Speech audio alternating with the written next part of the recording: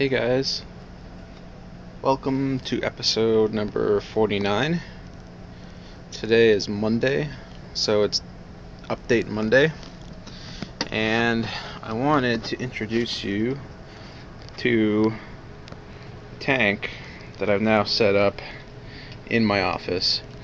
If you recall from Friday, Fan Friday, I asked for people to vote on a couple different concepts that I come up with for this tank, and now I've got the tank up and running, and I went through the comments, and it was almost overwhelmingly all for the fish. A few people said they wanted to see some plants and some shrimp, and a freshwater system, but most people wanted to see the clownfish and the live rock and the saltwater setup. So that's what I've decided to do.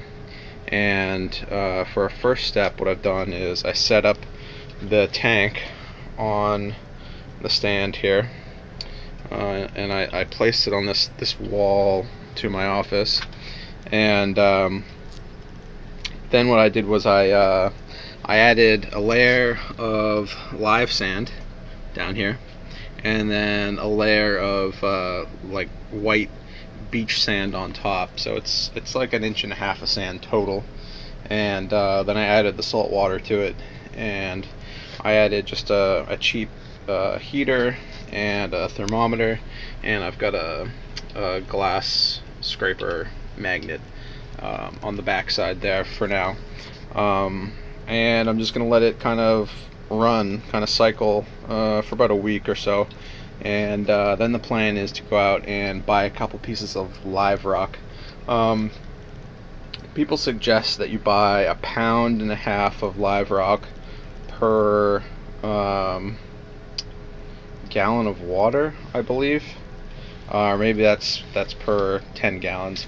I'm not quite sure, but I think it's per gallon.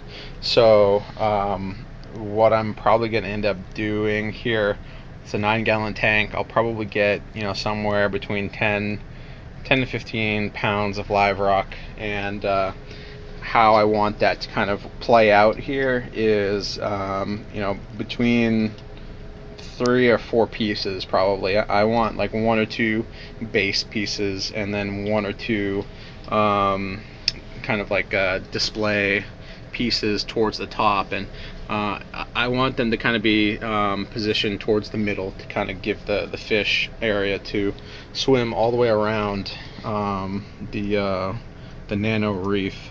And then I'd like it to kind of branch up towards the filter, so that I can place anemones in a highlight area, but not in an area that would give them too much flow. So I want an area of high flow, medium flow, and low flow, kind of going down the slope of the side of the live rock. And if I need more flow, I'll get a power head, but I'm hoping I can get away without it. I might need another lighting fixture, but I'm hoping again that I can get away without it. This is what the top lid looks like after 24 hours in operation. So I mean, it is working. It's keeping a lot of the condensate in the aquarium, and as you can see, the little clips here are doing a good job at keeping this top on the aquarium itself. But one thing that I'd like to note here is the extra cord from the heater is enough to kind of offset this glass top, because there isn't a whole lot of space provided by these clips. The whole thing kind of shakes because it's all resting on the cord, the extra cord that wasn't accounted for in the design of the top. And one way to maybe fix that is pulling this cut a 1/4 of an inch to a 1/2 inch back, to allow some extra cords to kind of fit through here in that corner. But overall, I'm really happy with this. And the next update from this tank will probably be in a week or 2 when I get some live rock in. And then I think a few weeks after that, I'll spring for a couple fish and see how they do. But that's all I've got going on right now. Hope you guys will enjoy the Nano Reef, and hopefully it's what most people voted for. Alright guys, see you later.